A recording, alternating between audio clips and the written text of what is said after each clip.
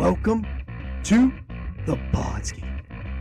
What? Ooh, yeah. You understand, baby? Dig it? Let me tell you another thing. First name John, last name Baker. Brother. Hello and welcome to another episode of the Podski. I'm your host, the man with 1,000 gimmicks, John Baker. We got Andretti back in the shop. We're going to be talking about NXT this week. But before we talk about NXT, let's hopefully you listened to last week's episode. We had Mongoose and Andretti on. We had a really good conversation about the Royal Rumble review and what that kind of meant as we're going into the WrestleMania. We're full swing into the WrestleMania season now. And so thank you, Andretti, for coming on again. It seems like you're the marathon host here now. Hey, man, it is what it is. I'm happy to be here. What's your pronouns this week? My pronouns this week are going to be Zicky Dice and Pat Tanaka.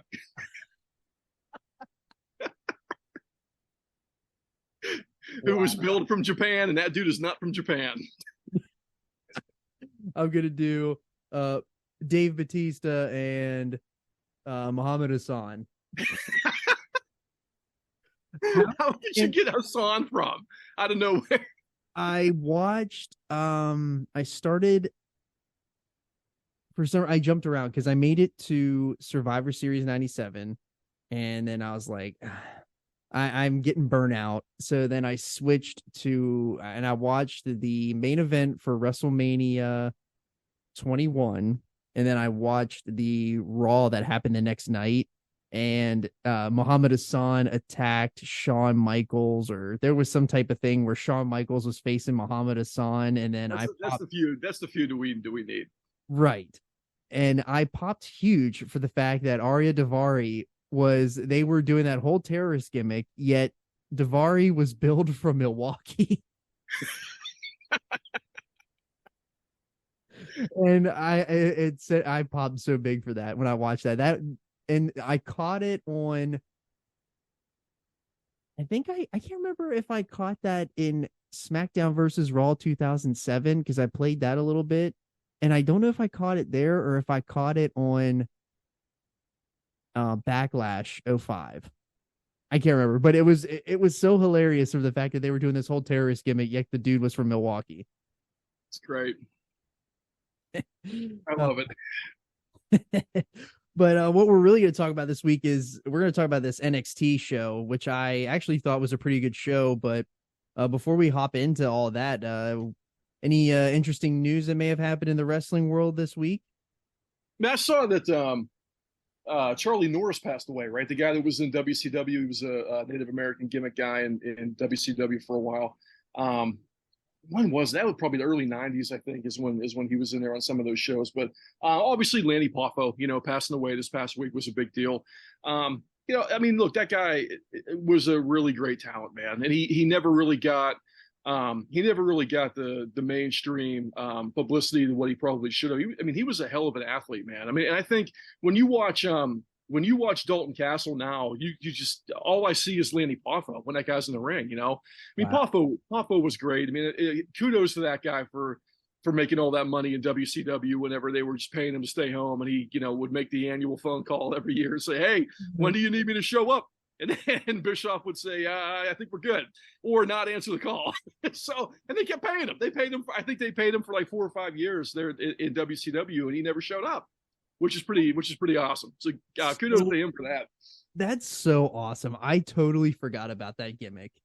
Yeah, that's fantastic. Yeah. They could have used him. I don't know why they didn't. I think I remember they were going to bring him in as the manager for Randy, and then for whatever reason they used Gorgeous George, who was Randy's either fiance or girlfriend at that time, and they brought her in instead and never told Lanny anything. And he just kind of one day they just showed up on TV with Gorgeous George and Mach. So it is what it is. Yeah, really sad to see Lanny go. Alvarez told a hilarious story about Lanny and how he tried to. It was from their holiday show that they do with Vinny, and about how they were trying to he ordered a cameo from him to try to get him to just give a bunch of all of those limericks and stuff like that, like all those poems and stuff to Vinny to stop smoking. And it was and like he didn't do the request right at all. He just dived into everything that was in his book. Oh man. And Alvarez had to cut it up and make it seem he cut it up and made it seem like he was actually on the phone with Lanny on the show. Like that is incredible. Awesome. Yeah, it was awesome. But yeah, also can't forget about Lawler and him. Yeah. He looks like he's gonna be okay, but he had another stroke. I mean, how many times is this guy gonna have some type of health scare? I mean, the dude nearly died during a Raw one night. Like it seems like he's had a lot of like strokes and heart attacks and all that over the last couple of years. Yeah, I mean, it's going to catch up with all of us sooner or later, you know. But I mean, that guy was in the ring how many nights a week for how many years? I mean, you know, he probably wrestling 5 nights a week, 6 nights a week, if not more than that, there for a long time. But you know, it's got to catch up with you sooner or later, you know. And that's a shame, but you know, hopefully everything will work out for him and he'll get back up to speed and be able to you know, have a good quality of life. I haven't heard anything. I heard the same thing you did about him. You know, it sounded like he was going to be okay, but I don't know what okay means. I don't know if that means, you know, you're able to walk around and breathe, or that means you're able to, you know, live the same quality of life you had before the stroke. But I mean, it's scary, man. Those are scary things that happen to a lot of people that, you know, affect every family sooner or later. So hopefully he'll pull out of that.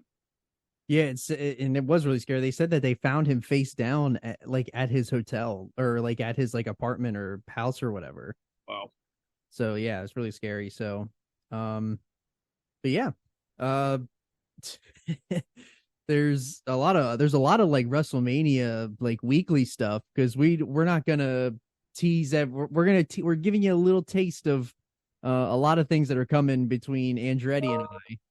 Because we're going to WrestleMania. The Podski is going to take over WrestleMania, which we're going to do a reveal pod basically once we get everything sorted, which there's not much more for us to do. We're going to go to a bunch of shows every single day that we're out there, and we're going to do a review show every night of all the shows and everything that we kind of experienced and everything leading up to WrestleMania. And then, but yeah, it's gonna be a good time. We got a few more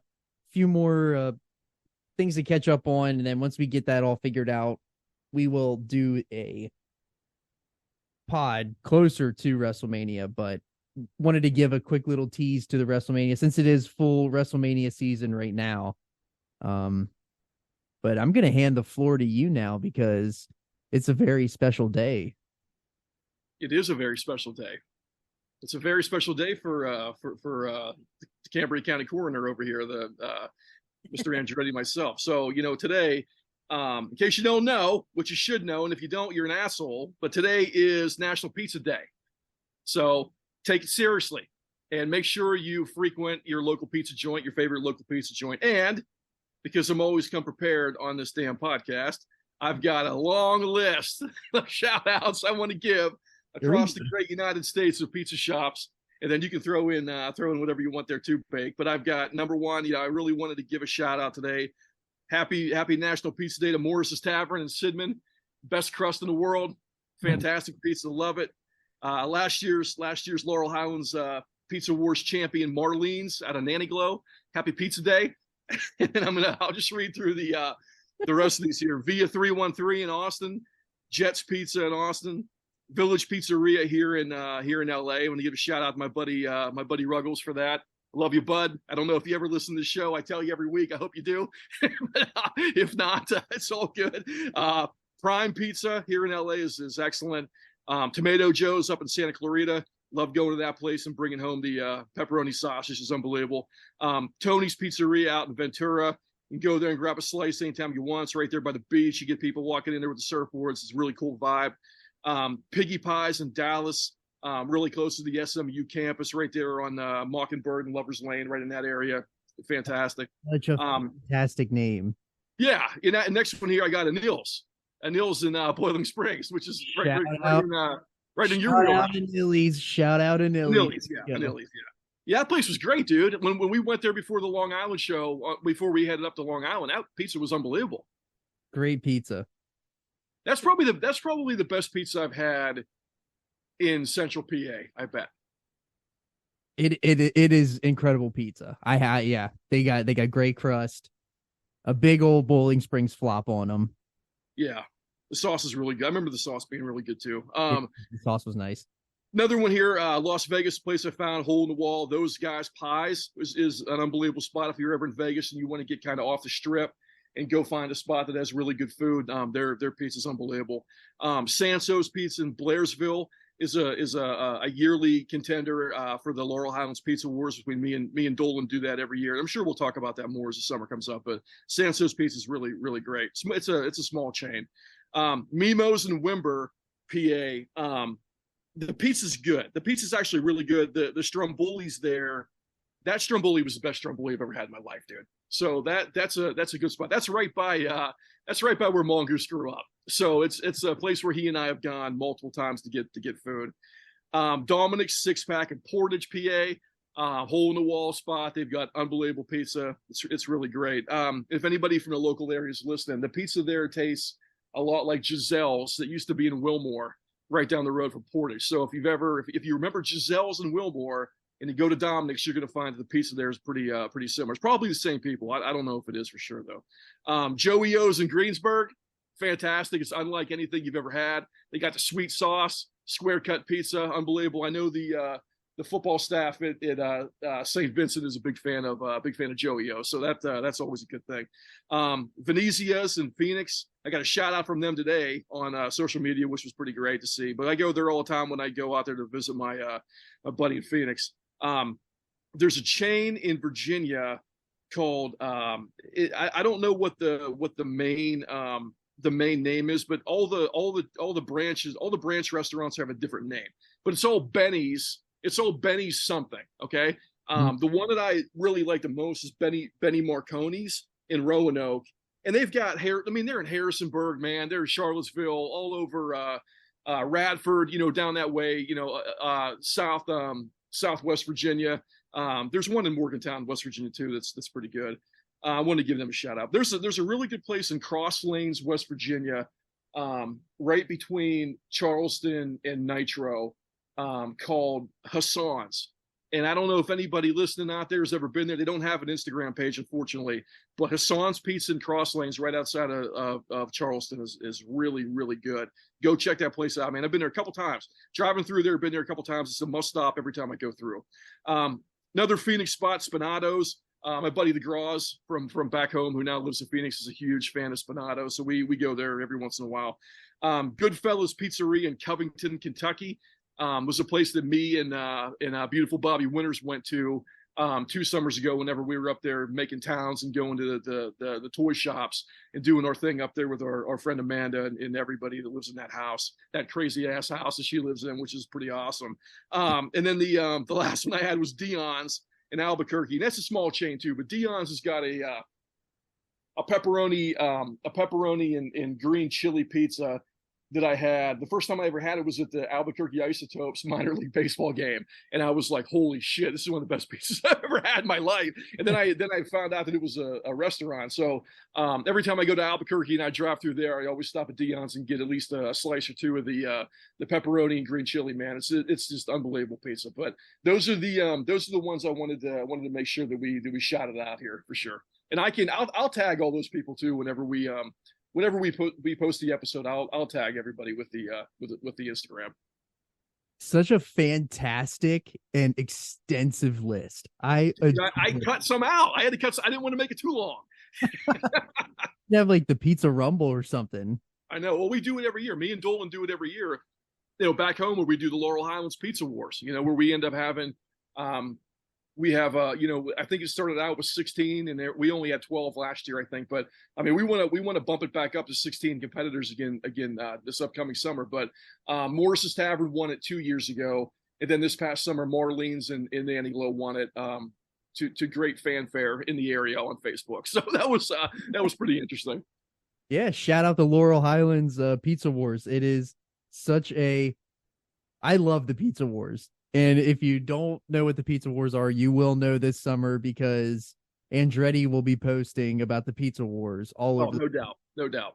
It's such a fantastic time of year when you make the trek back to the homeland, and it's so awesome. Oh, dude, I mean, we theoretically we go and we get a slice of cheese and a slice of pepperoni at all of these spots, and then we kind of grade it out, and then we come together at the end and kind of figure out who's going to be the winner. But what ends up happening is we end up getting a whole pizza at both of the spots, at every spot, cheese and pepperoni, and then we eat the whole damn thing in the car. So we end up eating like 16 pizzas in a day, dude, and it's pretty ridiculous. It's so awesome. It's so great. I'll give shout outs here. I'm gonna obviously for local joints around here, I'm gonna shout out Alfredo's. I love their pizza. I would love to shout out Pizza and Stuff, but Pizza and Stuff, they have completely changed their pizza. It was fantastic. Whenever Allison and I bought our house and moved into it, we would get Pizza Hut, or not Pizza Hut. We would get Pizza and Stuff pizza like at least once a week. Like it was so good. And then they had a change of ownership and they completely changed it. It's not that good anymore. But I'd love to put over the Pizza House here in town, but Pizza House can never stay open.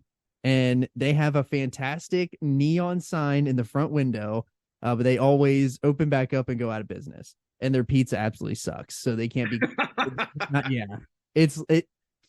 I had their pizza one time, and it tasted like it looked like a frozen pizza, but weirdly was so good for some reason. And but they did buy the panini recipe. They bought all the panini recipes from a local deli, and they bought all of her panini recipes. So that was a huge perk to the last time they opened, which was before COVID, and they didn't make it. But Yeah. literally because it would take them an hour and a half to get you a panini out. Like it was ridiculous. Shout out. Yeah, go ahead. Sorry, man. I thought you were done. I got one more I wanted to throw out there. But go ahead. Oh, yeah, you got to shout out Brothers Pizza as well. Brothers does that's the go-to. Brothers is the go-to, even though Alfredo's is literally, within walking distance. But Brothers is the go-to all the time. And the usual shout outs. Nobody out pizzas the Hut. That's for damn sure. I'll say that right now. And without literally without Shaq, like what would Papa John's be? I got to give a big Ron Wright Jesus to bringing up Papa John's and Pizza Hut. So the other shout out, actually I got two shout outs, but there used to be a really good pizza place in Carlisle, like north of the business district, before you get to the Sheets. It was called Owls. And it turned into like an Indian restaurant now, I think. Do you remember? You know what I'm talking about? I think that sounds familiar. Like I think it's before you. Maybe it's after you get past the new high school field on the like north of the city.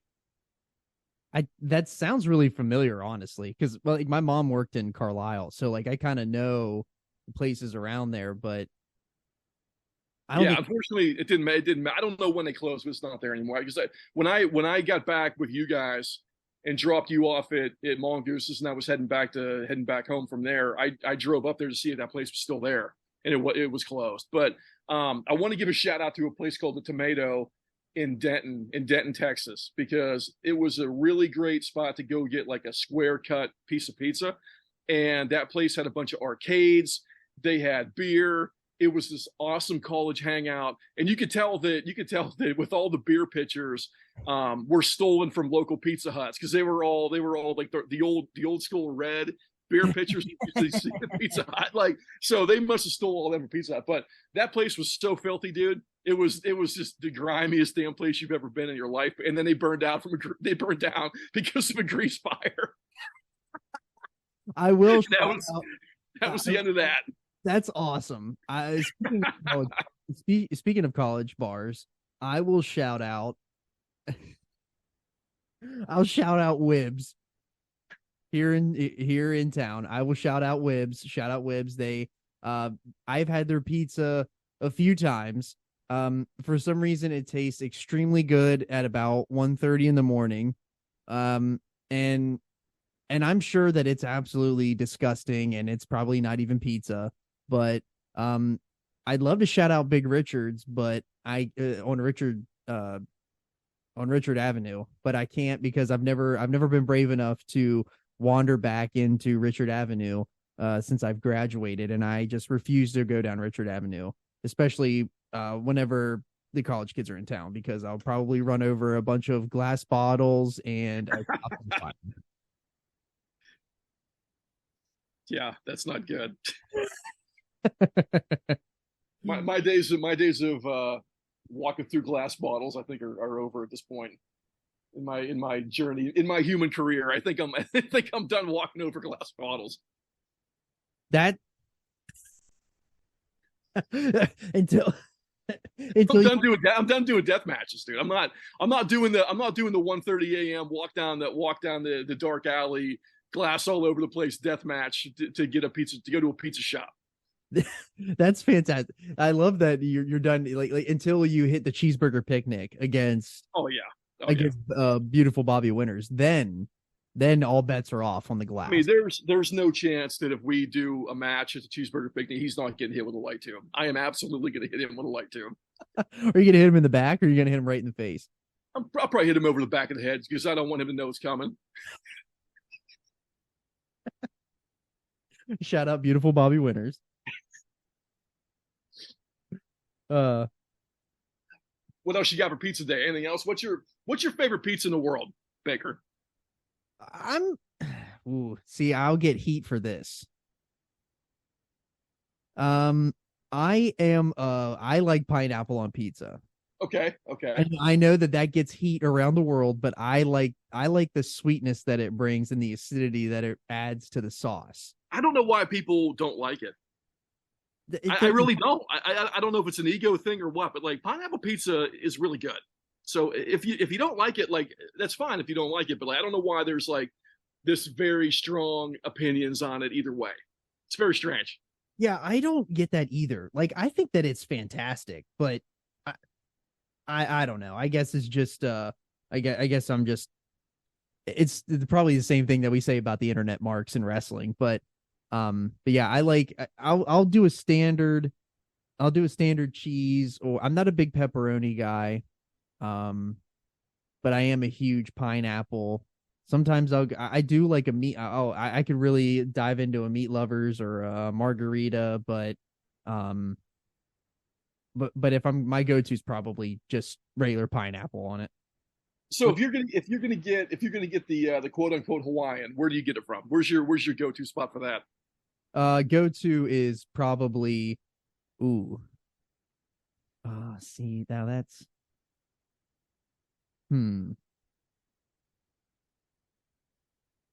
I'm torn. Like if I'm here, like at home, I'm torn between Alfredo's and Brothers. So like Alfredo's, it just they're kind of iffy sometimes on quality, but I'd probably say Brothers. Some people would say Pizza Man. You know something, Brothers. You know something, brother. The Pizza Man. We'll run wild on you, brother. I like Pizza Man, but their quality, it used to be Pizza Man. It used to be Pizza Man over everything. I would put Pizza Man over everybody else, but Pizza Man did something to the sauce or the cheese or something like that. I didn't like it, or it even might have been the dough, but I would probably say that my go-to is probably just a pineapple from Brothers. Okay. I really like the grandma pizza at Prime out here in Burbank is unbelievable. It's like a square cut, almost like a Sicilian / Detroit style. I don't know the difference between the two of them, but Detroit style is probably my favorite. That grandma pizza at Prime is excellent. But I think Morris's Tavern in Sidman is my favorite pizza, just because the crust is so unique. It's just really good, man. Everything goes together really well. It's really thin. Which I like, but I'm kind of with you. I'm not a big solo pepperoni fan, but if I'm gonna get pepperoni, I want other meat like sausages and whatnot with it. Actually, I will put over if I don't know if it's a chain, but it's Mod Pizza. I don't know if you have it out like where you live. Yeah, I think so. They have. I love Mod Pizza. I've been there with Allison a few times, and they like make it all right there. They put it right in the brick oven and everything. It's awesome. But she gets like a barbecue chicken, and it's got onion on it, and it's fantastic. Shout out Mod Pizza. Actually, I did forget one honorable mention, and this is only I'm gonna put over the old place of employment. The old place of employment was the Wise Markets. We had our deli manager used to make this insane chicken bacon ranch pizza, and she was the only person that would make it, and it would be oh my god, it was so good. I'm That's definitely awesome. gonna definitely putting over Renee because she's the only person that could make the chicken bacon ranch the right way. And I don't know what that right way was, but shout out Renee. And JC will know what I'm talking about because we used to devour them. We would buy a large each on shift and house them. Oh, We'll have to get Billy the next time Winners is on here. We'll get him and I'll tell the story about what the situation was in front of Goodfellas that night whenever we were in Covington and we were trying to park the car because there was an altercation. They call it something mildly. I'll tell that story the next time the beautiful Bobby's on here. But okay. I think for small chain, I think my favorite small chain is probably Best Way. Are there any Best Ways down in Central PA? I don't think so. Okay. There's one in like Somerset, Altoona, Bedford, places like that. Evansburg. I love Portage. I love Best Way Pizza, man. Yeah, no, Sauce is excellent. Sauce is excellent. Square cut. You buy it by the cut. It's badass. I had a buddy that worked he worked at a Wegmans, and he like made the pizzas at Wegmans, and he said that, well, I mean, obviously he was making the pizzas himself, so he knew, but he said like you could make a really good pizza at Wegmans, like if you had a choice. Yeah, no, I never have. I'll have to check that out. I've never had that. Yeah, neither have I. I mean, I think the closest Wegmans to here is in I think it's in like Carlisle, I think, or Mechanicsburg. I think it's Mechanicsburg. I would say my favorite big chain, national chains. I think nobody out pizzas the Hut, dude. I think Pizza Hut's the best national chain. I'd like to put over Pizza Hut, but I get they make me sick. Like they made last time, I don't know what it is in the sauce. Like I get such like bad reflux, and it makes me feel like such a pile of shit. It is kind of acidic. It's really acidic. And I don't know what it was the last couple. I love the stuffed crust, but for some reason, man, it tears me up every time I eat it, and I don't know what it is. Yeah, I don't know. I mean, I usually get the thin crust from there, and I'll get like, I'll get thin crust and like double sauce and just chicken and like bell peppers. But I love their hand toss is something I've been eating since I was a little kid. With the with the book it program at school where you read a bunch of books and get some free pizza, man. I'll never forget those times of coming home with the rewards program and going to Pizza Hut with my mom and dad and getting Yep. getting lots of food. Yep. I think that they just bring back the Big New Yorker. I think so. Yeah, that's awesome. Yeah, Awesome. I don't think I've ever had that one. I don't think I've ever had the Big New Yorker either. Now they had a Detroit there for a minute. I don't know if they still have the Detroit style or not, but their Detroit style pizza was good. I'll put that over too. Yeah, I don't think I ever did that either. Just It's big good. crust from there. Yeah. Not a And fan. Not a fan of the thin crust. I like it. I like their thin crust. I haven't really had Domino's or Papa John's or anybody's to compare it, but I do like Pizza Hut's. Like for me, I like it when there's like a really crispy bottom, and I like a doughy top. Okay. And like that, like when I bite into it, I want to get that crunch. Like that's what I like I hear you. if I'm going for pizza. Sure. We got to get Sheets has got to bring back the pizza. We need Sheets pizza back. So in a worse time, whenever I was in college, I would put over the Turkey Hill pizza. But I haven't had the Turkey Hill pizza in forever, and it's probably so bad for you. But it was really good.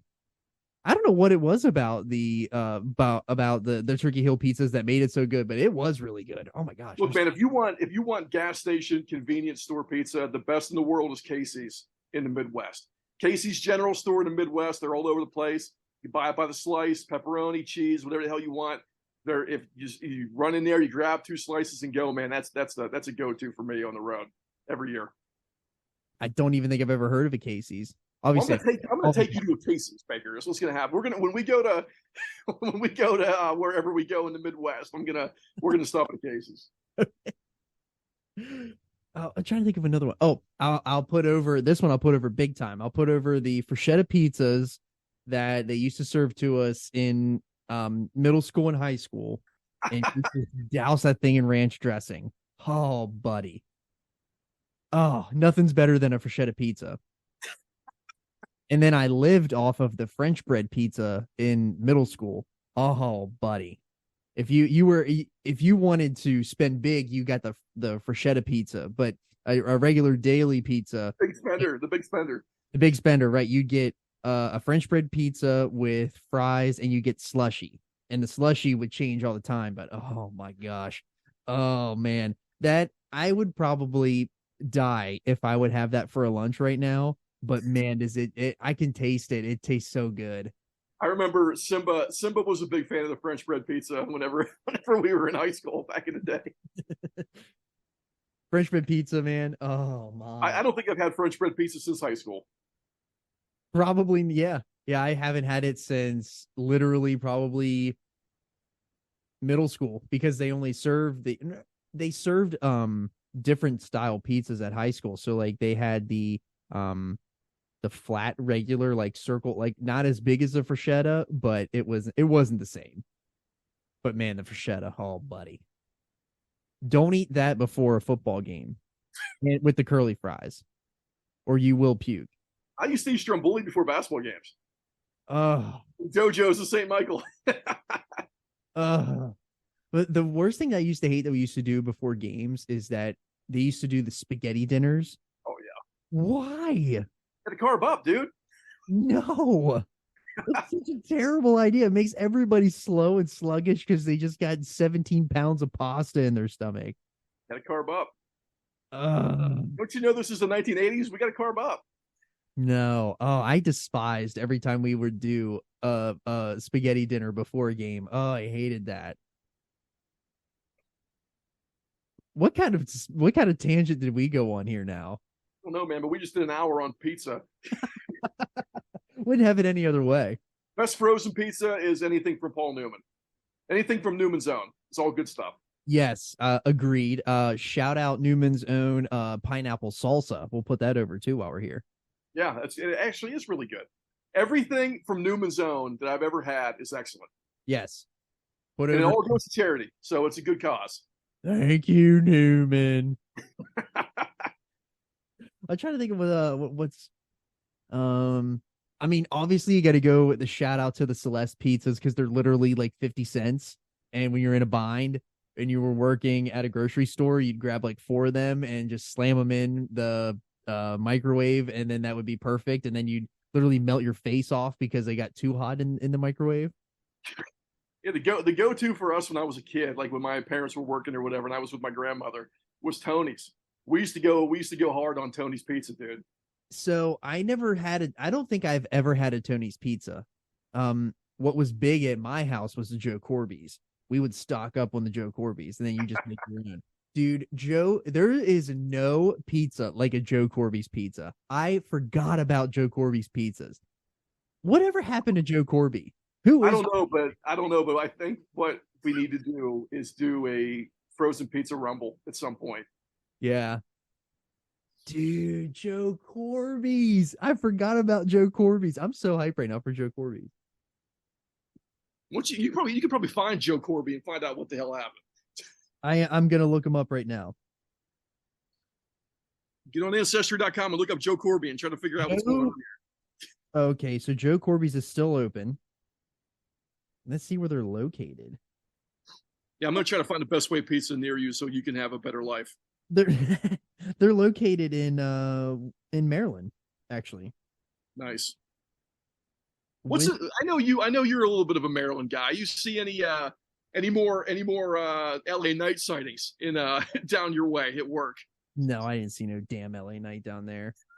I had no idea he's from Hagerstown. Yeah, he's from Hagerstown. You know who else from Hagerstown? I hope that he trains. So I hope that I didn't mean to cut you off, but I hope so when I used to work downtown, but then we got moved. But there was on the side of a building downtown, there was somebody's wrestling school painted on the side of the building. And I pray that is where LA Knight trained. It's not there anymore. They tore the building down, but I pray that that's where he trained, because I tried to call the number one day and I got nothing. Well, you got to open it back up, man. Nah. Not helping other people get in the biz when I'm trying to get in the biz, brother. Another Hagerstown legend that you probably don't know about is Justin Warner. Do you know who Chef Justin Warner is? No, is he better than Luigi Primo? Yes. Everything in life, yes. Justin Warner was on a bunch of the Guy Fieri stuff, like the shows. He's on there. He's on Food Network all the time. Flavor Town, baby. I'm a big Flavor Town guy, but Warner's got a ramen place in Rapid City, South Dakota, of all places. There's actually a pretty good food scene in Rapid City, believe it or not. The place is called Bokujo Ramen, and the ramen was unbelievable. It was the best ramen I've ever had, and I met that dude in the restaurant. That was last summer, so it was a really fun, really unique visit to Rapid City. That's for sure. You always get all kinds of stuff on your trip. Your yearly trip. I'm all in, dude. Like if I'm gonna be hitting the road and I got to go on the road for stuff, like I'm gonna eat well and I'm gonna find awesome spots, no doubt. That is true. You make so many good stops. What is the one, the corn mall?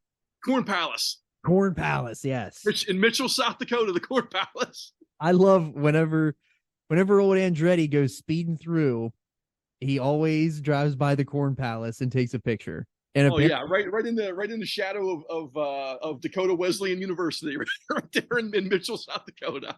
Dude, actually, bring this all full circle. There's a pizza buffet in Mitchell, South Dakota, which I'm going to look up right now. Pizza buffet. That pizza buffet was unbelievable. What the hell was the name? I would put over a CC's Pizza Ranch. Pizza Ranch. That's what it was. Ranch.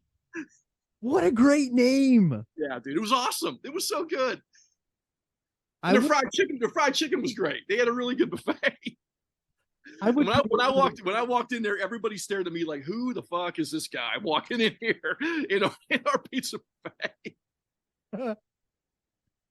I would put over a CC's Pizza, but I've only been to one time. It actually wasn't terrible, but it closed shop pretty quickly, I think.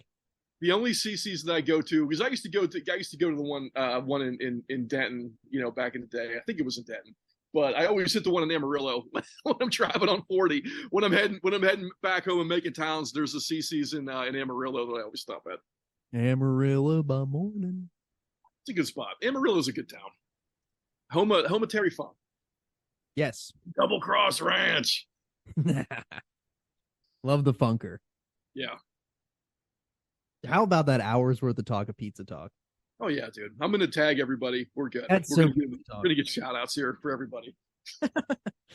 But what we're really here for tonight, aside from the pizza talk, is there was a show this past weekend. It was NXT Vengeance Day.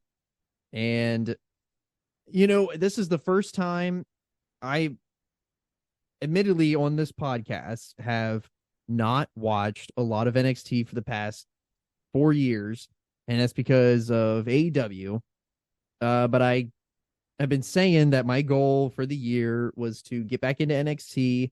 So I did watch the Go Home show, and I did watch the show. So that's kind of why we're doing this. And obviously WrestleMania weekend, and I want to know about the product that's going forward here. So that's sure. Kind of the reason why. So what were your first initial thoughts of the show? I've probably seen, I'm going to say 3.5 months now of NXT, probably either 3 or 3.5 months of watching it every week. I thought the show overall was good. I liked it. I had fun. I thought everybody worked hard, in the show. I think we'll dig more into it match by match, but I think it peaked early. I really do think it peaked at the beginning. Yeah. But as we get into it here, I'm sure we'll talk more and more. But I was excited about it. I really was. Like I was excited to see it. I thought the card was good. I thought that the sets were unbelievable. The set was great. All the ring aprons, like the entrances are unreal. It was a hell of a production. And for that being the first time that they've done a show. I mean, they did the WrestleMania show last year, the takeover during WrestleMania week. But I think other than that, that was probably the only time they've been out of the Performance Center / Full Sail, right? If I'm not mistaken. Yep, I'm pretty sure that's what they said. That was like the first show that they've done since WrestleMania last year. So yeah.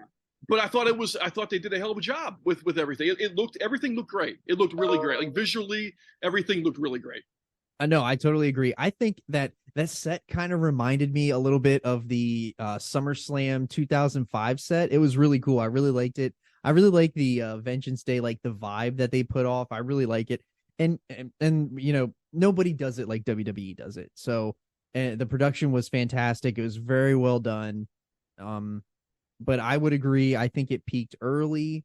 And it really died there in the middle, but then they kind of brought him back with the end matches, and I thought that was really, really good. I wouldn't say it was really, really good. I'd say it was pretty middle of the road, personally for me. But I'm just kind of jumping in, so I don't know any of these. I can't really follow a lot of the storylines. I'm just trying to, come into it with a fresh mind, since I know I try not to have too high of a bar with NXT because from watching through it.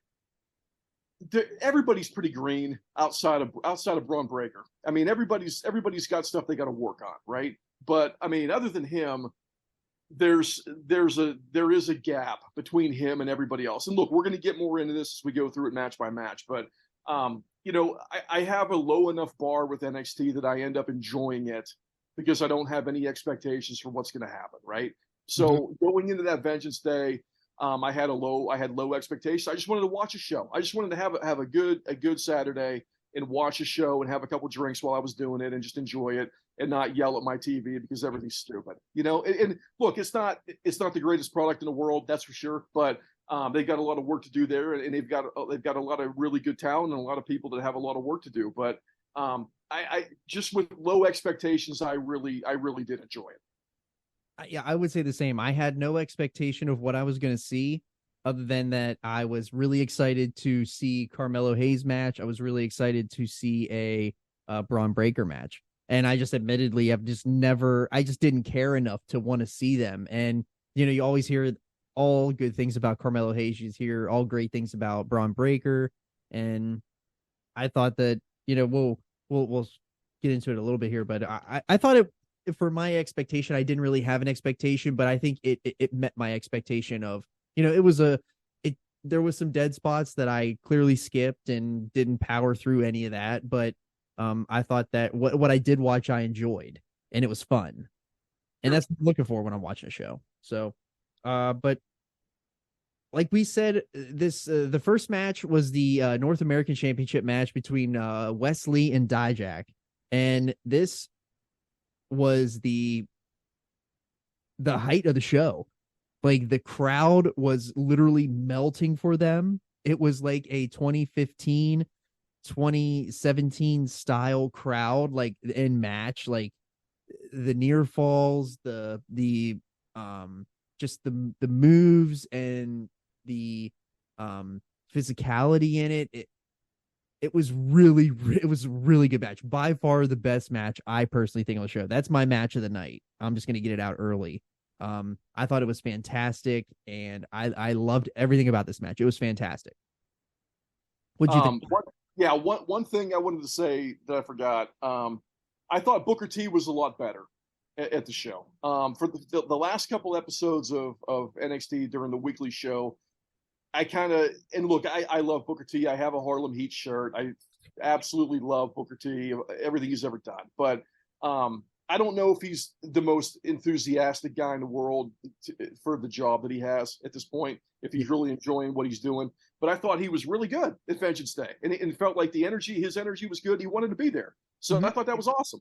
He was Booker T, the Booker T that I like was there. But Vic Joseph takes me out of it with the way he calls matches. I'm not a huge fan of how he does the stuff that he does. But from the match itself, definitely the best match on the card. The best match of the night. I thought it got a little cute with the pinfalls there towards the end of the match. I just think there was too many. But other than that, man, I thought that the match tore the house down. Everybody was loud as hell. That crowd was super hot, for that match. I mean, those guys were awesome. And look, I mean, dude, Dijak's so good, man. He's so good in the ring, dude. I love that. I love that guy. So I loved him in ROH, but Wesley is going to be a belt holder on the main roster at some point. The guy's super athletic. He's strong as shit for being a guy who's not very big. He's really strong. So I thought that they did a hell of a job, man. That was a great match. It was. And if you would have watched the Go Home show, which I know you did, but for the listeners, if you watch that Go Home show of NXT, the segment that these two had was dog shit. It was awful.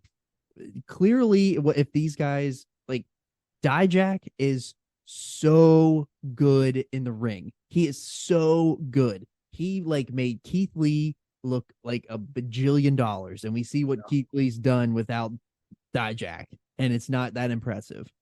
But Dijak can't talk. He comes out and he talks like this, and it's very boring. And I don't get it. I don't get what they're doing. I don't get his gimmick, but he's a damn good wrestler. He has damn good matches. I'm here for it. And Wesley was too cheesy, corny babyface. Like, just be authentic. And he acted like he was trying to put the skin on of somebody else and play that on NXT. That's how I felt. But obviously it's developmental, and that's the whole reason they're there, is to get better on the mic and stuff like that, because clearly they got it in ring. They just got to put the whole package together. So I think I totally agree with you, is that Wesley will be a belt holder. Now, he's not going to be like a world title. I don't know. We don't know about that, but he can be an intercontinental champion at some point. I would assume he can be a tag title, because he was a part of MSK. So, yes. Or the Rascals. So, I wouldn't see why not, because the sky's kind of the limit for that guy. Yeah, I like him a lot. I think he's really good. Yeah. And so that we've already mentioned, both of us, that's the match of the night. And then this is where the card took a dive for me. So the next match was the NXT Women's Championship between Katana Chance and Kaden Carter, who were the champions, versus Fallon Henley and Kiana James. And admittedly, I thought Fallon Henley was like two people. I thought it was Fal and Henley was the other person. I had no idea that Fallon Henley was just one person. I had no idea. And so I was so confused whenever they announced, like, here comes Fallon Henley. And I was like, oh, okay, I'm going to see like who these two people are. And like, my brain can't process that that's not like two people. It's driving me nuts. She was on AEW. I don't know if you remember seeing her, but her name is Tesha Price in AEW. She's okay. She's fine. What kind of name is Fallon Henley? Dude, it's NXT. They give people all kind of crazy shit. That name sucks. Yeah, they've been on a roll with bad names for the last couple of years. Yeah, no kidding. But Katana Chance or Casey Catanzaro is how I can't see her. I can't call her Katana Chance, even though I'm not calling her Katana Chance. Well, Catanzaro she's awesome. Yeah. She's gotten so much better since the last time I saw her. I really like her. But in this match, it was kind of whatever. I didn't feel like it felt like that was a total swerve there with Fallon Henley winning the titles, but wasn't something that I was overly thrilled about whenever they were out next, right after, that display that Dijak and Wesley put on. Well, yeah, another woman who's gotten a lot better since she came there is Kiana James. I mean, every time I see her in the ring, I think she gets better and better. I think, she's got a really high ceiling, man. She's got a great look, and that gimmick is a little weird with this kind of like, IRS kind of, what was Marlena's name in WCW? Oh, Oh God, I can't think. I can't remember. Alexander York. So, Yeah. she's got this kind of like Alexander York, but works in the ring, gimmick that is, I mean, I don't know where we're going with it. Like the whole thing with me with that match was like, I'm not an idiot. I've been watching wrestling for 40 years, man. And I'm not stupid. I know that the belts aren't real. I know that they use the belts to advance storylines, and I'm not a complete moron here. But at the same time, like, you keep pushing it that Catanzaro and Caden Carter were the longest reigning women's champ, and they got beat. They got upset. I understand there's upsets in sports. I completely get it, but you put the belts on people who are extremely green, who don't really know what they're doing yet, and it kind of diminishes the tag belts a little bit, because the scary thing for me is I don't know where we're going with this, because if we're building this storyline, because we've invested months and months now with this Fallon Henley, Kiana James, fake smoking guns, my dad's bar storyline that I don't really care at all about. I mean, is the goal here to eventually split them up and have the match at TakeOver, or a year from now at a TakeOver where it's Fallon Henley versus Kiana James? I mean, look, man, I like both of them. I'm sure they're really nice people, and they're good prospects. I don't give a shit about seeing that match. Yeah. Who the hell wants to see that match? Is that what we're building towards? I mean, what are we doing?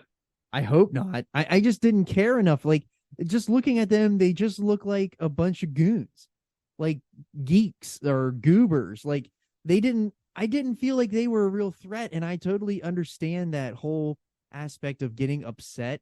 I totally understand that. That's a real sports thing that happens all the time. But it was like, I don't know, what's the best way to describe it? It was like the Mariners beating like the Astros, like in the World Series or something like that. Like, and I'm talking like the really bad Mariners from a couple years ago. Like, I don't know. Like, it didn't feel right. And they just seemed like total jobbers, and whatever these two goons are that are with them, is it like, from what I was listening on Alvarez, like he said, like the one dude's a virgin that's like getting friend zoned, but like the one girl doesn't want to tell him. Like, what is it? Like, I was so confused. Too much. They're just doing too much, man. They're just doing. And look, I like Catanzaro and Caden Carter, I really do, but they're not great either. So like, for them to be I mean, they're good, but they're not. They've come a long way. I'll tell you that much since I was watching NXT years ago. But they're not ready for the main roster or anything. Those two. But I don't know where we go with either of those tag teams moving forward, and it's just kind of like a dead spot right now with that from my standpoint. Being on the outside looking in, it just feels like something that I'm a little worried about where we're headed with that. Yeah, because I was not interested in this match at all. I powered through it, but and then seeing how that like they, that Catanzaro and James didn't retain, I was just like, oh, like, okay, let's move on to the next match. Like, I just want to forget that I watched that. Yeah. I don't know. Again, man, like I said, I don't know where we're going with either one of those tag teams, and if it's to build towards Fallon Henley and Kiana James down the road and splitting them up and having them fight, I mean, I don't know what the hell we're doing there either. I don't know.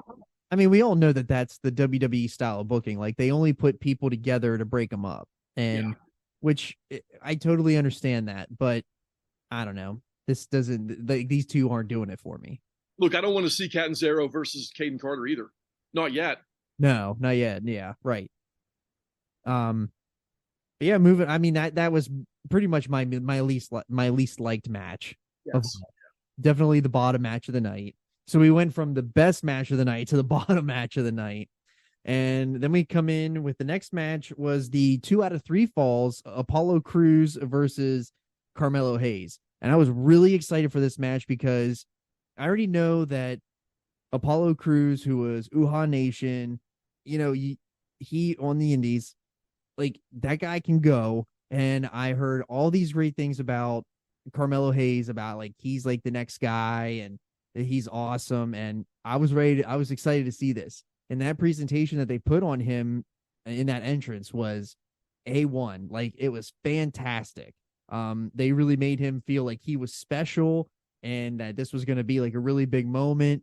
And then they brought out Apollo Crews, and I was really surprised because that's not the WWE way to do a 2 out of 3 falls match. And then you have a guy win 2 straight falls. That was really unexpected. And, yeah, Hayes dominated the match, I guess. So then like in real sport, like that would, I guess I'm taking this back to like what real sport would be. Real sport, like, yeah, that happens all the time in a best of 3 series. Like, well, the one guy is clearly better than the other on that night, and then they win 2-0. And like I felt like that was a real, that I understand that aspect of it. I would have. There's still sweeps in baseball, with series. Yeah, and I'm cool with it. I just probably, I don't know. I just, it, for some reason it felt a little rushed. I don't know. Like I felt like that first fall kind of came out of nowhere. And then it was like, okay, so Hayes is up 1, and then I don't know, it felt rushed. I don't know why, but to me it felt rushed. Hayes is a star. He's a future star. He might be the guy to beat Breaker for the belt. He really might be.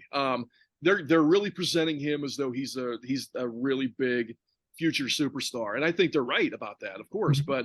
But I heard some other people talking about this match, and I kind of felt the same way about it too. Was, if he's going to be the next man up, giving him essentially 2 wins over an established main roster star is pretty smart.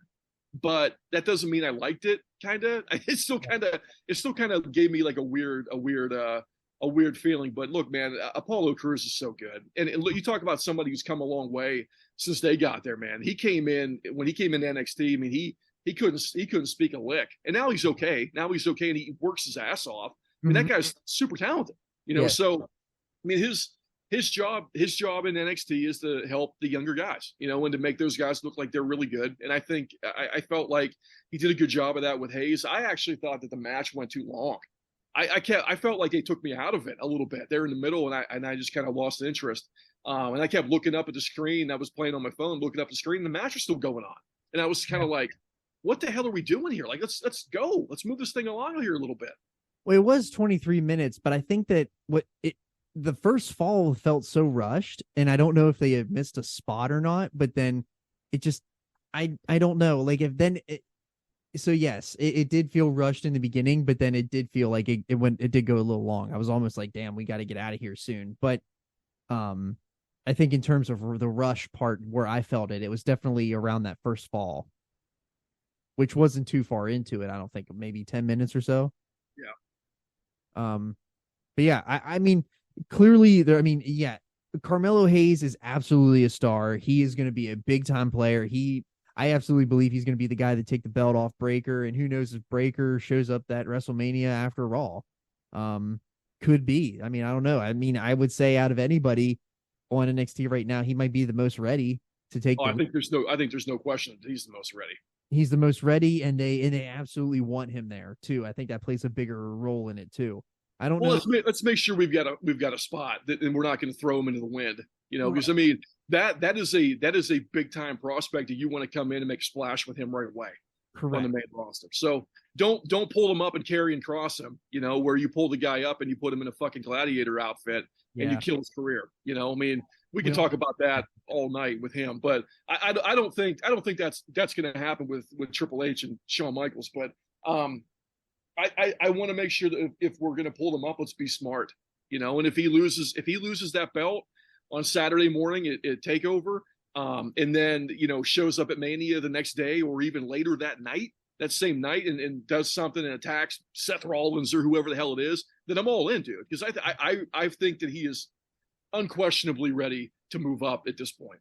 Yes, And we'll get to the breaker match here at the end. But before we do that, they had the NXT men's tag team championship with the champions of New Day versus Chase U versus Gallus and Pretty Deadly, which you are a huge Pretty Deadly guy. You love Pretty Deadly. This was my first time seeing them. I'm all in. I love it. It's fantastic. I actually weirdly liked Chase U a little bit.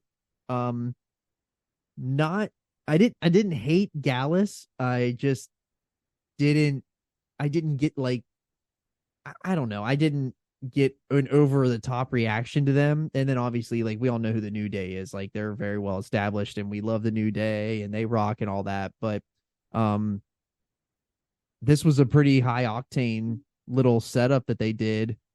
But what did you think of this match?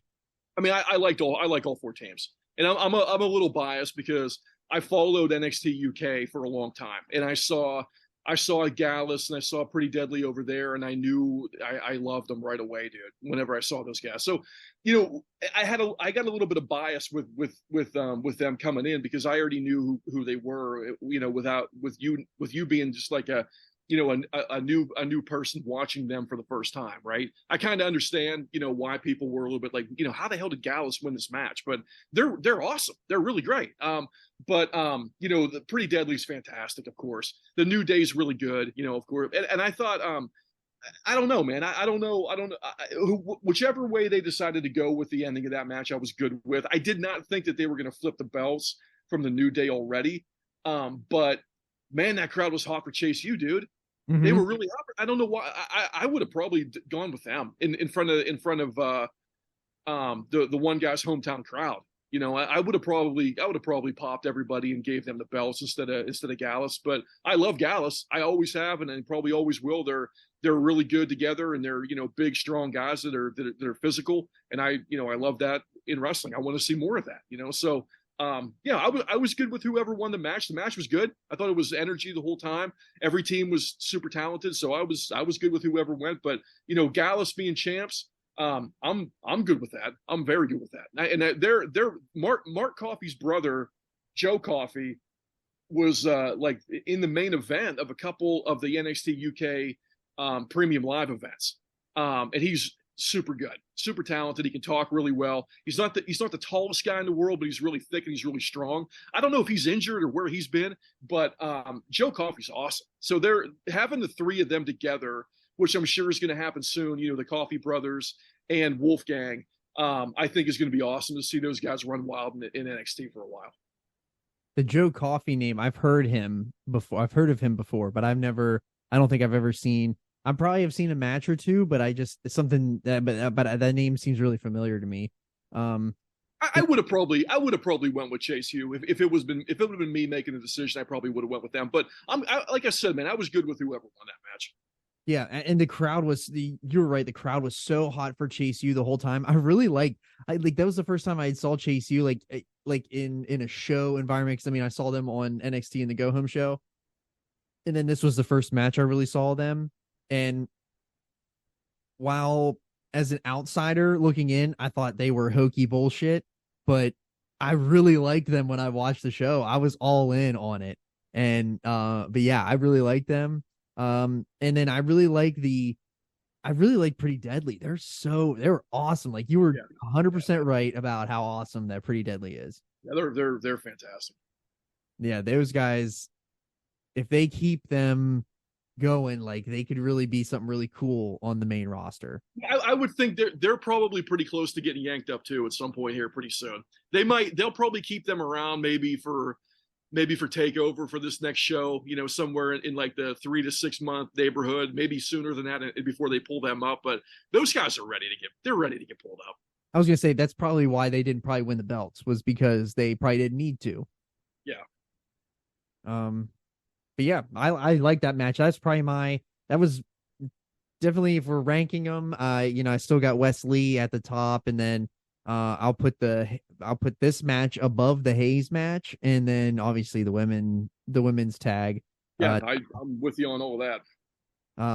But yeah, and then the next match was the the three-way for the women's title with Roxanne Perez, Gigi Dolan, and JC Jane. And I don't I I like the obviously the post, like the post NXT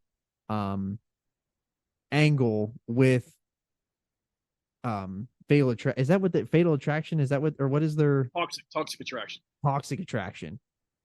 That whole angle of them breaking up, well, on NXT after the show, that was cool. And good Lord, that boot that Gigi took was absolutely disgusting.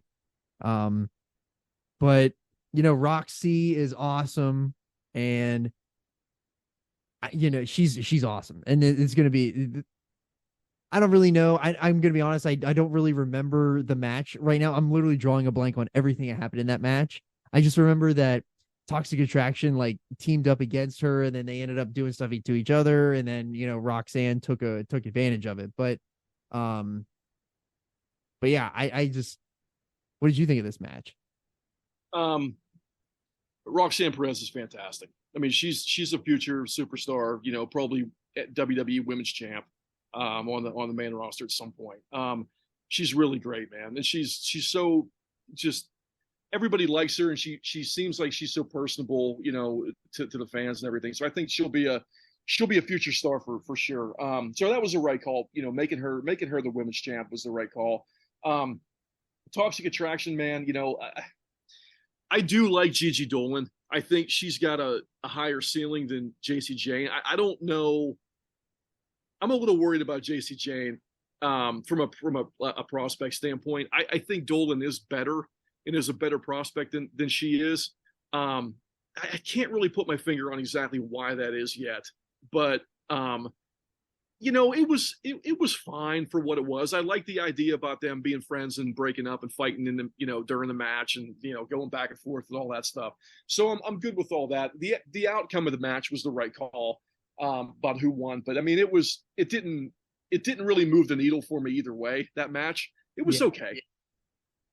That's what I thought. I thought it was okay, and I literally am drawing a total blank on that match right now. But yeah, I think I was so ready for the main event to just hurry up and get here, and that's why I can't, I just kind of zoned out for a little bit. They've got some women's talent in NXT right now that is not really quite there yet, other than Kaylee Ray, who's now Alba Fire, whatever the hell they're calling her now. Other than her, there's not really anybody that is really a veteran, strongly positioned that could probably be the champ at this point. But they've got a lot of people who are pretty green, but there's good prospects. There's definitely good prospects in that women's division. They're just not there yet. Yeah, I remember you saying that they got a lot of prospects, and they're kind of getting there. They just need to. It's almost like the beginnings of that. I wouldn't say it's the beginnings of the 4 horsewomen or anything like that, but they got a lot of green people that they got to work to get them over the hump. But when they do, it's going to be, that's kind of always been the issue with NXT, and rightfully so. It's a good issue to have, is that they can take their time, they can build their stars, it's almost like they do them in really big waves. They'll get really, at least in the old NXT, is that they would get really big waves of talent that were super ready, and then they would have those amazing shows that were way better than the main card, or the main roster, and then they would all go up, and then NXT would have to rebuild up again, and then they'd go up, and then so I feel like we're kind of in the we're not fully letting everyone go yet, but we're still building. No, they've got a woman down there. I don't know if I didn't see the show from Tuesday night yet. I always watch NXT on Thursday nights. When it, just for whatever reason I wait. But I haven't seen this week's show yet. I'm going to watch it tonight. But there's a woman down there named Tiffany Stratton. I don't know if you know who she is. Yeah. She looks like $1 million. Yeah. Her entrance is one of the best in wrestling right now, dude. She just, when it all comes together for that girl, if it all comes together the way that it should, that is a future world champion right there. I mean, she just looks, her presentation, the way that she looks, how they're already presenting her, is like she's gonna be something special. Yeah, is she not in a story? Is she hurt or not in a storyline or She anything? just came back. I think she was hurt, so she just came back a couple weeks ago. But she wasn't in a feud with anybody in particular. Okay. I was gonna say because I've seen her before, like on Instagram and stuff like that, and I'm like, okay, like that looks like a star. Yeah, She looks like she belongs, and but yeah, I think look, Kiana James is going to get there, man. Kiana James, I think, is got a really high ceiling too, and she's going to be really good. yeah, I would agree with that. Yeah, I don't know. But for me, I was just so ready to get the main event because I love a good cage match. I love steel cage matches; they're awesome. Obviously a blood feud with Braun Breaker and Grayson Waller, who Grayson Waller, shout out, he won the men's prospect, right? Yeah, yeah. And shout out Grayson Waller. And I thought that this match was really, really good. Not as good as the opener. Waller's gear sucks. I hate his gear. I just thought that it was so good. Man, Braun Breaker is so awesome. He is literally just Scott and Rick just melded together into one just man of meat. And He might be better than both of them already. Yes. Now, I know, look, man, it's hard to say that because when you go back and watch that early stuff, with Rick especially, obviously it's his dad, and they're very similar, very similar build and look and everything. But when Rick was a young pup and coming up, his early matches when he was like a rookie were awesome. He was going to be the next big thing, in wrestling. But then he ended up, teaming up with his brother and whatnot. But Breaker might be better than his dad, and he might be better than his uncle already, man. And that's really saying something, because the Steiner brothers they're arguably the second or third best tag team in the history of the world, So I think, man, I really hope they don't screw him up, man. I don't want them to pull him up until it's time to throw him into a really good feud with somebody who's going to make him look like $1 million, whether that's Seth Rollins or whoever the hell it's going to be. I'm really hopeful that they're going to pull him up and it's going to make an immediate impact. Yeah, I really, really, really like. You do not pull this fucking guy up and put him in a tag team with Otis. Yes, please, for the love of God, don't do that. Bring him up. It would be really cool if they brought him up if like they did with Kevin Owens, like right. Bring him in with a big star for a title and just like let him just get the shine. And you know what's crazy too about that, Bake, is that for a long time there, everybody who was NXT champ that they pulled up, they just buried. Yes. And they couldn't do it. It got so bad that they couldn't even mention on WWE TV that this guy is a former NXT champion, because it made the whole brand look like shit, because they buried the guy. And if they buried this guy and then that guy was your champ, then obviously the whole promotion sucks. Yep. I know.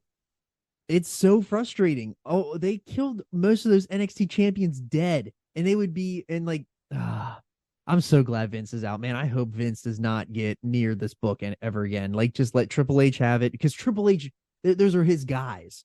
Yeah. And it's very clear now, like, he's going to start putting people into place, and he brought people back. And yes, Braun Breaker, bona fide star. I do think that even if Vince was still there, Breaker's still going to be a WWE star. I do think that. Yeah, no, agreed. He just has the look. And I don't know if, so personally for me, I don't know if I would take him to the main roster with the early 90s Steiner singlet look. I love it.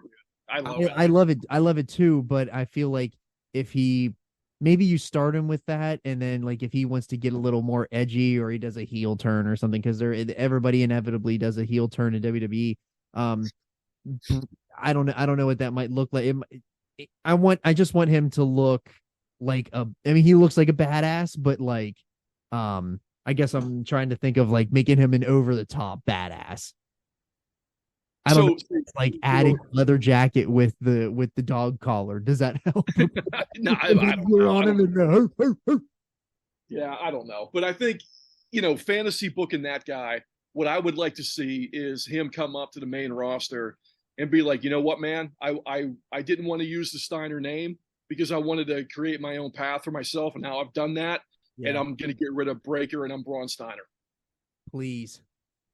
That would be awesome. That would be awesome. That'd be a really good story to tell too. Man, I love that. I really like Braun. He is so good. He might, I texted you guys the other night in the group chat, and I was just, kind of going, because I was watching that. I was watching the Ospreay. Who did Will Ospreay wrestle? Tai Chi. The Ospreay Tai Chi match from last weekend. Mm-hmm. Dude, unbelievable match. That was the best I've ever seen Tai Chi. That guy is going to get a belt. He looked awesome. He's in there with Ospreay. I think Ospreay is the best in the world right now. I really do. But when I was thinking about that, and I know I texted you guys in the chat and said, like, who I thought were my top 5 in the world right now. Mm-hmm. Dude, I think Braun Breaker's number 2. I really do. I think Breaker's number 2 in the world. Really? I would go Ospreay and then Breaker's number 2. And look, let me explain that a little bit, because I didn't take into consideration people that don't work all the time, or people like Cody that just came back, right? Who've been kind of out of it for a long time. So I didn't really include like MJF in that, because, he doesn't wrestle every week. So of the people who are really active on shows basically every week or at least every month and doing a lot in the ring, I think Breaker's number 2 in the world. I really do. Man. Over Reigns? Dude, that guy's he doesn't wrestle that much. Oh, yeah. So, I mean, he's on TV a lot, but he doesn't really have matches. Not too much. So I kind of just wanted to look at guys that were working a lot. Yeah, I guess so. Yeah, I guess because, Reigns does not work a lot. But, yeah, wow. That's actually a really crazy little tidbit you gave us there. Dude, he's really good. He is really good. He is as advertised, is what I would say, as somebody who is an outsider coming in, is as advertised. I love Will Ospreay. We'll be seeing him potentially twice or more at WrestleMania week. I'm really excited to see Will Ospreay in live and in person. And we're going to be super close, like in all of our seating for that too. So, but yeah, I thought that this match was fantastic. My second favorite match of the night was this cage match. The post-match stuff with Waller running in on Shawn was okay. But I'm 1000% in on Braun Breaker. Yeah. And look, there's other names. I'm just throwing names out and doing my own thing off the top of my head, but other names that should be included in a top 5. Obviously Moxley, Gunther, Takeshita, Danielson. I mean, those are all guys that kind of fit that same criteria that I was going for, where, people that work every week and kind of are on TV in matches very frequently. Yeah. I think Breaker's as good as anybody right now, man. The only problem is that you just got to keep the momentum going when you do bring him up. Yeah. Which they've historically have done a very poor job. Right. Who's somebody that they brought up that they've kept like that has done so well? Other than Reigns, but Reigns wasn't champ. He wasn't champ. No, he was never champ. I mean, maybe Rollins or Owens. I would say probably Owens, but they didn't do much with him for a long time. Yeah, that is true. Well, I mean, who were the most recent champs? Andrade, Aleister Black, Drew. Samoa Joe got buried. Yeah, I mean, they put him in that fucking Great Balls of Fire match with Lesnar, and it killed him dead. Yep. Cole, Balor was there. Nakamura, AJ Styles. I mean, Styles, I guess, has always been kind of showcased as a prominent guy. Yeah. Sucks he got hurt though, and he might not be at Mania. Yeah, that's a shame. That was really funny that you were like, you came into the chat, I was like, where the hell was Styles in the Rumble? And I was like, well, I don't know. I mean, where's Nakamura? I mean, is he hurt? I mean, I haven't seen him. I don't know what's going on with him. I don't know. I haven't seen him. I feel like I haven't seen him in forever. I haven't seen him since like Pat left, because he couldn't do his entrance without Pat. You talk about a heinous act. Look at how hot Bobby Roode was in NXT, dude. They pulled him up and killed him dead. Yes, literally murdered his career live on television. And also what sucks too is like Ziggler did a really good job in that Braun Breaker feud and did a really good job as champ. And then they brought him up to the main roster and killed him again. Yep. I forgot that old Ziggy Boy was champ. Man, I love Ziggler. I wanted Ziggler so bad there. What was that? WrestleMania. I think it was like around 30 and 31 where like he was just coming out every single night and having these awesome matches, and like they just never ever put him over the top. And it was so yeah, it's unbelievable. I mean, that's another guy that they could have ran wild with him as the face of the company and just didn't do it. That guy has never had a bad match in his life. No. Also, very funny story about him is the fact that he left the WrestleMania 28 after party to go bang Sunny. I mean, we can't blame him for that, I guess. Hopefully he didn't let her drive his car. There's a hot take for you. It was I can't remember who told that story. It was on a podcast, but I died laughing at the fact that he was at the WrestleMania after party and he just dipped for Sunny. I mean, there's a lot of people that have had sunny days in their life, but I mean, there's nothing to say about her other than she was fantastic and with the smoking guns, with the body donnas and everything, and one of the most beautiful women in the world, I think, for at that time. And I don't know where her brain left her fucking head, man. I don't know what the hell happened. At one point, she was the most Googled, searched human on the planet for like, what was it, 97? Crazy. It's crazy to think that. It is insane. Like over everybody else, Sunny was the most Googled person on the internet. It's insane to think about. She was awesome. She was a hell of a talent, man, for what she was. She really was. Man, how did we get on the Sunny talk? You're the one that brought it up.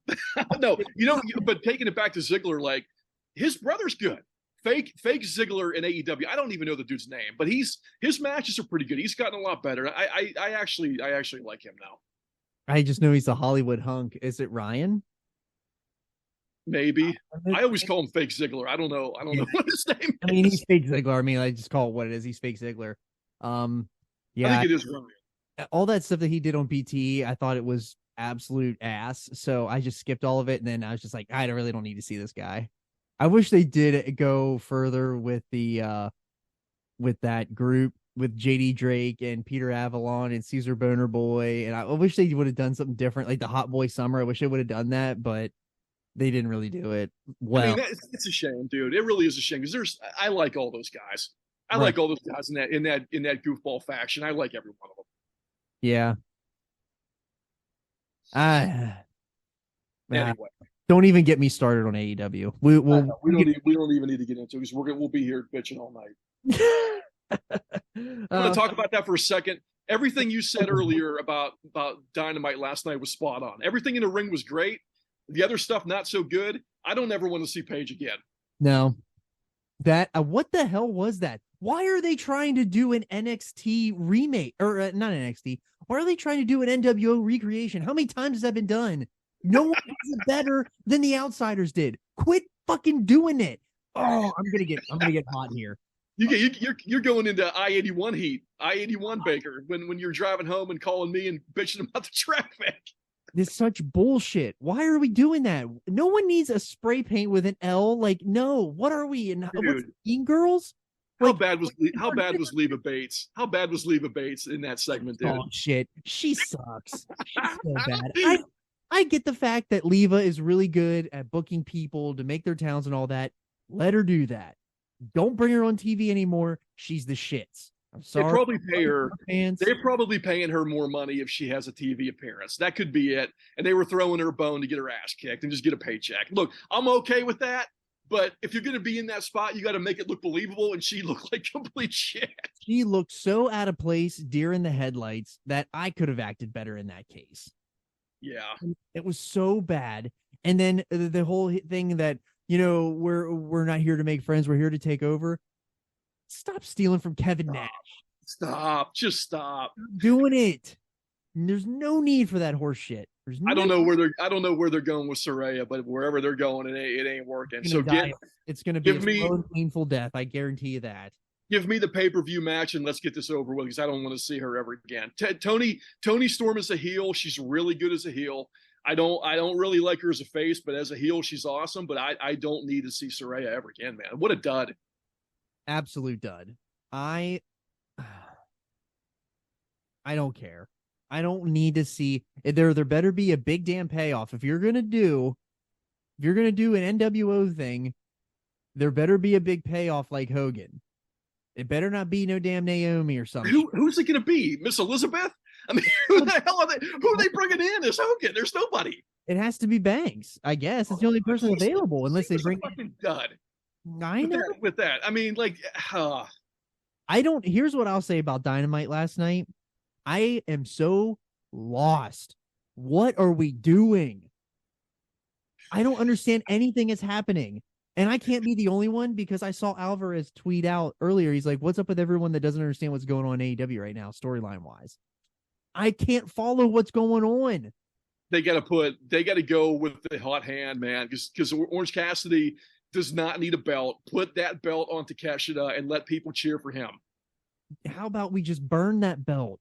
We don't. You do that too. I'm good with that too. We don't. There's too many damn belts. What was up with MJF almost going on a Katie Vick storyline last night? Dude, that went on way too long and way too awkward, and I'm getting real concerned about MJF. Because you know what happens is eventually these guys just become cartoons of themselves. And I'm concerned that he's already treading into Ric Flair territory being a cartoon. I'm lost. And I'm not even excited for Revolution, which Revolution is usually the best pay-per-view of the year. I don't know, man. They better be calling Phil. That's all I got to say. I mean, look, MJF and Danielson are going to have a great match. The matches are going to be good. The in-ring stuff with the pay-per-views every time is fantastic. So I'm not concerned with that. But you know, I want this women's Mean Girls thing to end a quick death. I get the whole point of doing the Mean Girls thing, but don't make it a fucking NWO ripoff. That's bullshit, lazy booking. That's fucking lazy. Like, what is that? Everyone knew that they were doing NWO, and it was horseshit. I got so pissed off that I turned it off after that. I didn't watch it. I was shoot hot after that because there's no need for it. I get it. In this calendar year of 2023, I've turned off Dynamite more times than I have turned off. I never turned off Dynamite. I would always watch Dynamite religiously from start to finish. I've turned off Dynamite 3 times already this year to the point where I'm like, I don't care. Like, what are we doing? I don't understand what they're doing anymore. And the last 2 weeks haven't been great. The in-ring stuff I thought was good, but the I don't know. Storyline wise, we're getting off the rails here a little bit. The storylines are dog shit. I mean, that's the only thing that's so weird about AEW is that they're so good at the in-ring stuff that the storylines that they're doing just are so hokey and stupid. You know what sucks too, man, is that they've scaled back the Ring of Honor stuff on Dynamite, and oddly enough, like I kind of miss seeing Willow Nightingale. They need to put her back on TV. At least she's fucking fun to watch. Put her in that group with Britt Baker and Hayter, and let her be the third person to take on Saraya and Tony Storm and whoever the hell this third person is going to be. Here's what I'll say. Aside from, I just hate the women's division. I despise it. I think that it's turn off television for me. I don't. And that's not because you don't like women's wrestling. It's because it's just presented really badly right now. Presented so badly. It's always put in a dead spot. But the MJF storyline of everyone has to jump through 15 hoops. It's overdone. We get it. We get that you don't want to wrestle. You only want to wrestle on big cards. I get that, but how many? This happens in every big feud. He made Cody do it. He made Wardlow do it. Now he's making fucking Danielson do it. Did he make Punk do it too? I don't know. It's every single storyline's the same thing. Do something different.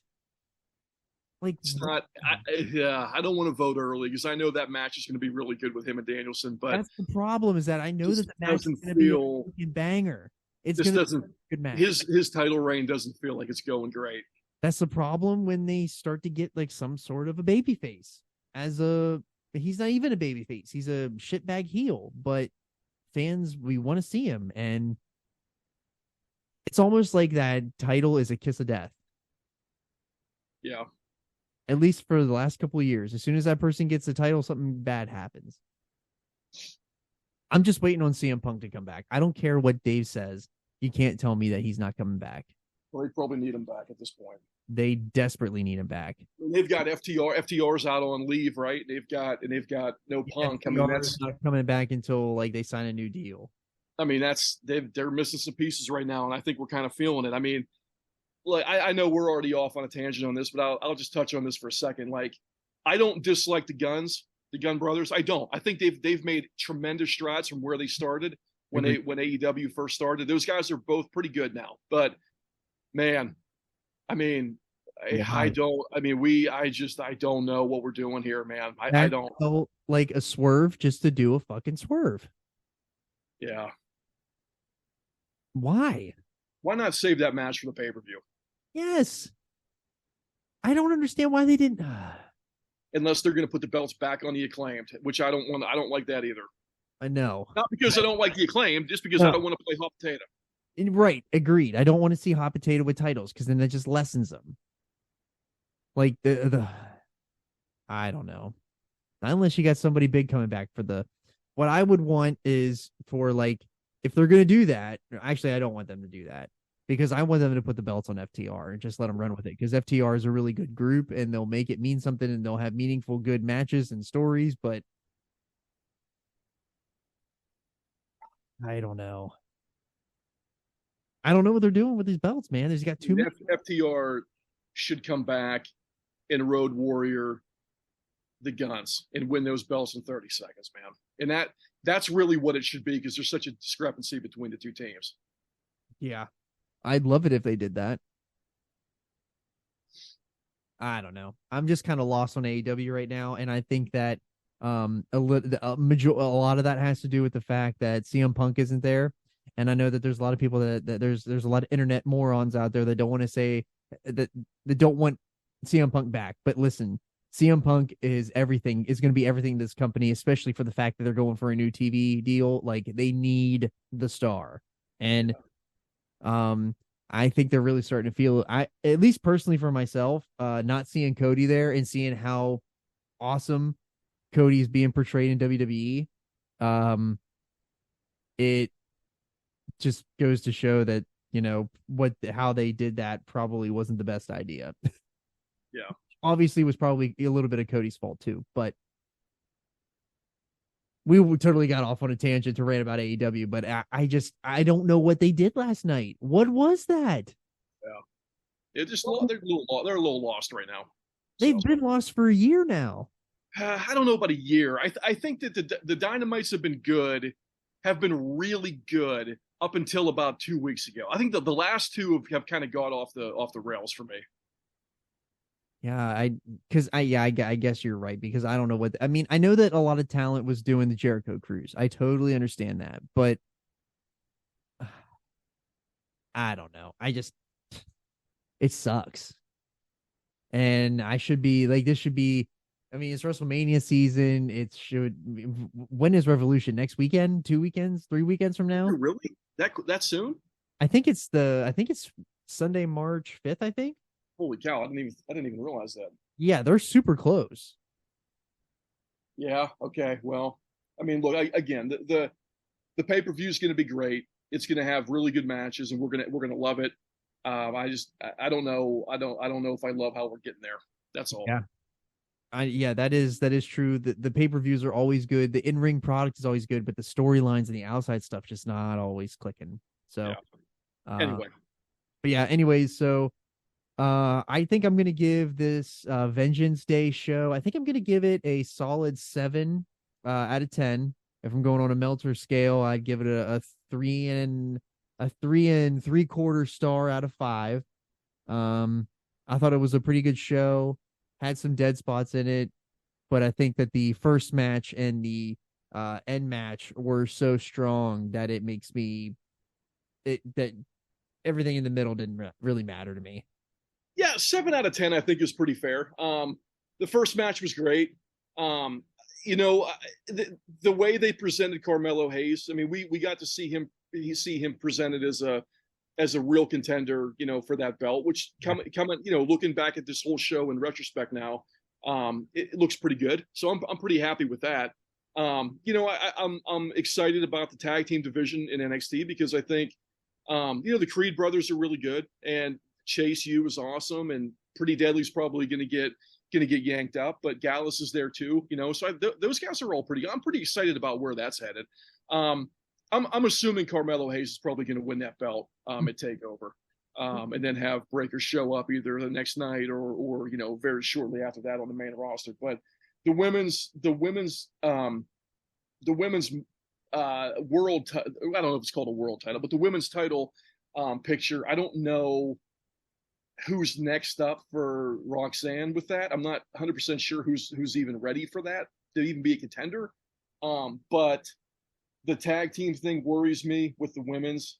But other than that, I'm excited to watch NXT tonight that aired on Tuesday to try to see where they're headed with the next stuff. But, you know, I mean, I think 7 out of 10 is fair. A lot of good stuff, some stuff that there's areas of opportunity with, like always. But, you know, I mean, it is what it is. I mean, I'm not 100% sure where we're going with Waller at this point. I didn't think he did a great job in that match overall. I didn't think he did a great job in the first match with Braun Breaker. I was a little disappointed in both of those matches. So, I mean, look, I love Grayson Waller. I think he's going to be an unbelievable superstar down the road. I might have voted a little early, you know, thinking that he was ready to be the champ. I don't think he's ready to be the champ, but you know, I think we're getting there with him for sure. Yeah. There's a lot to love about it, man. There's a lot to love about NXT. There's a lot to be excited about. You know, the stars of tomorrow today is what it is. Like Cornette used to say about OVW, right? But you know, that's what it is, man. And I go into those shows with a low bar to look at prospect developmental wrestling, and that's the way that I view it. And I end up liking it. I end up enjoying it. And there's stuff that I shake my head at and laugh because it's so stupid. But there's also stuff that I see that is like, you know what, that girl's got something, or that guy's got something. And we're moving forward here with some people who were pretty green. I'm excited about where they're headed. Yeah. All right. Well, hopefully you all enjoyed the NXT Vengeance Day show. You can let us know what you think about it on Twitter at @the_Podski, Instagram @the_Podski, and on Facebook at the Podski with John Baker. We hit the 1,500 download mark earlier in the week, where I don't know what's happening. A lot of people are checking out the show right now, so thank you to everyone checking out the show. We got a lot more coming up, especially with WrestleMania week. We're going to be all over LA, doing all those shows there. So you will see us on socials for sure that week, especially Andretti and I. So just keep checking us out there. And you got anything else before we want to ride out here? No, again, man, you know, I know that the AEW product right now, the last couple of Dynamites haven't been great, but I'm still really excited about where we're at right now with mainstream North American wrestling. Those New Japan shows were lights out. They were fantastic. New Japan is way back in on New Japan right now. It's probably my favorite promotion.